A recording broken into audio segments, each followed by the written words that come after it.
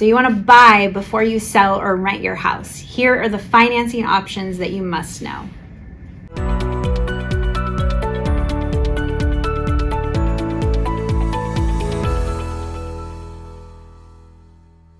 Hey everyone, thanks for joining us. You have the Hatch Homes Group, Shay. Hello. And Angela on our Monday housing market update. And we are going to dive a little bit deeper on something that we spoke about last Monday housing market update, which was if you need to buy before you sell. So we want to kind of go a little bit more deeper on the financing aspect because that is such a crucial part, right? So important. So first, Shay, why do people choose this option of wanting to buy first before they sell? Good question. So one of the reasons is because you want to find that perfect house, which, I mean, I understandably, like this, hopefully you don't want to move again and again and again. So you really want to take the time and honestly, maybe time the market. It's up to you, but that might be an option. And then sometimes also it's because you don't want to deal with the inconvenience of people coming and going, keeping the house tidy. You know, I mean, that's never fun. I hate cleaning constantly. So. Yeah, I mean, and I have a lot of clients with like dogs and kids, and they're like, yeah. I could not show this house right now. Well, no, because I mean, especially I've had that happen before with like dogs. Like, you know, they leave oils everywhere and their hairs everywhere. It's really inconvenient. So that's also part of it. And also like doing construction projects, you know, sometimes you don't want to live through that. So it's nice to be able to just get out of the house and have a clear slate for the contractors to come in and do the work efficiently and quickly. And sometimes there's a cost benefit to that too. So the other reason would be you have to move. And that could be for life circumstances or possibly relocation. So to talk a little bit more about it, Stephanie Levine's going to go ahead and give you some options. Yeah, I mean, financing is like the biggest part, right? So Stephanie, we have Stephanie here with Neo Home Loans, and this is her expertise, right? So Stephanie, we have a client that needs to buy first before they sell. What are your top options that you are walking them through?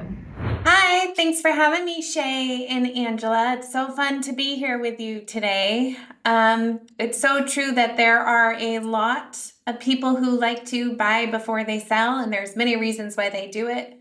My most recent clients had a 1-year-old baby and a huge dog in this little place, and they just didn't like the idea of people coming in and out of their house. So we leveraged a program to help them buy their house, and then they had the time to sell their house and move out as they needed to. So there can be some really nice advantages depending on your family need, avoiding to have to move twice, or whatever that may be. So I have a short presentation. I have some slides I want to share with you. So let me open that up. I'm assuming you can see my screen. I don't know where to put that. All right, there we go. And let's move this. All right. So there's many different ways that you can structure a buy before sale. And there was a statistic from the National Board of Realtors that 53% of home buyers in 2023 needed to access equity in your home before you could purchase the next house. So how do you do that? And to be honest, there's not one size fits all. Do we have a situation where liquidity is an issue, meaning do we need cash from the house for the down payment? Or is there a debt to income ratio challenge because the borrower cannot carry both houses and doesn't have enough income to support both housing payments? So depending on the person's situation will depend on the way that you would proceed. So it's really understanding the client's needs to find the most cost-effective way to do it. So scenario one, let's say the buyer needs a down payment for the equity, and they need to be able to qualify with both debts of carrying both house. You could do a traditional bridge loan situation. This is essentially opening up a HELOC on their current home to access the cash, and you use that HELOC of cash to purchase the new home as your down payment. So if you can carry both debts, both housing payments, the nice thing with the HELOC, they're interest-only payments. And once you move into the new house, sell your old house, then you pay off that HELOC and you're left with a nice small loan that you want to be left with. The other disadvantage of this one is time. So if you don't have a HELOC on your house, it can take up to 30, 45 days to open. So anybody who has more than 20% equity in their house, I recommend just having the HELOC open and ready to go because you don't know what life situations are going to come. The second scenario, let's say the borrower has liquid assets for a down payment, but they don't qualify for both houses. There's a program called a guaranteed backup contract. They write a contract on your house that you want to sell. That contract allows the lender to remove the debt, the payment from your qualifying debt to income ratios. So we no longer have to count your departing resident's debt. This is a flat fee. There's a $2,500 fee to get this backup contract, and it allows us to remove that payment. So this is a great way if you just need to remove the debt and you have enough for a down payment and all the other pieces. You can also combine this with the HELOC. So there's different strategies that you can move through. The third scenario, let's say you need equity for down payment and you can't qualify for both homes. So this is kind of like scenario 2 where you can't carry both payments, but this is essentially sell side financing. And we are allowed to access the equity in the home that you're departing. So this is closer to your typical bridge loan option. There's 0% to carry both of them. They provide the backup guarantee offer to eliminate the debt, and you're able to access the cash out of the house. So this is a service we use. And then it gives you, the seller, and your listing agent, full control to sell your home within a 100-day window. So it's up to you to sell it.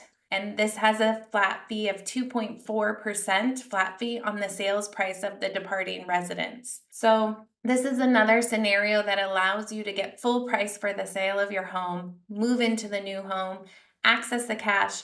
So there's always a way to do everything. There's just a cost associated with it. So depending on what the client's needs are, you figure out what scenario is going to work best in their situation. Here's another option. This is called buy-side financing. And this is essentially leveraging a program. The fee can range from 1% to 2% fee on the purchase price, but the company will go in, buy the house for you with all cash. So you're more competitive because you show up as an all-cash buyer. You have a 90-day window to sell your departing residence and pay and put the loan on the new residence. I have used this program for a veteran client because they couldn't buy the new home with their VA loan until they sold their previous home. And so for a small fee to make it easy to transition from one home to the next, this was a lot less expensive than doing a standard bridge loan. So is the expense worth it? Well, that's up for every individual to determine. And to determine what that expense is, it really is going to depend. Do we need cash for the down payment? What is their departing residence? Can they carry both loans?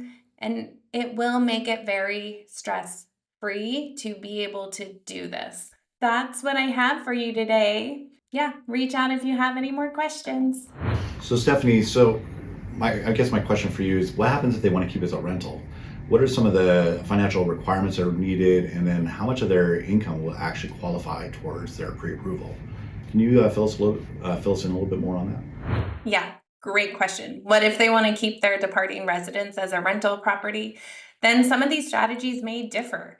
And if we need to get cash to buy the next home, maybe it's a HELOC on the departing residence. Maybe it's something called a HE loan, which a HELOC is an open-ended mortgage, like a revolving debt. As you draw on it, you need to repay it, where a HE loan is a fixed closed end. So you have a fixed amount, it's a little bit better interest rate, and then you have the ability to repay it on a closed end loan. If we need help with debt to income ratios and you need to show additional income, if you have a signed lease agreement on your departing residence, we can use a portion of that to offset the mortgage. I hope that helps. There's so many different ways to structure this. And so if anybody's considering it, I recommend sitting down with somebody, going through the scenarios, and setting up a safety plan, because you shouldn't be all of your cash should not be stuck in your house. That is not the safest way to do that. And that's not what I would ever recommend to a client. So it's really analyzing everything and making sure you have a safe plan for a cash flow and access in case of an emergency. So now that you have a little bit more understanding about the options for buying first before selling, is this option for you? Maybe. Set up a time to talk with us and we can discuss those options in more details for your situation. Thanks for joining us. Take care.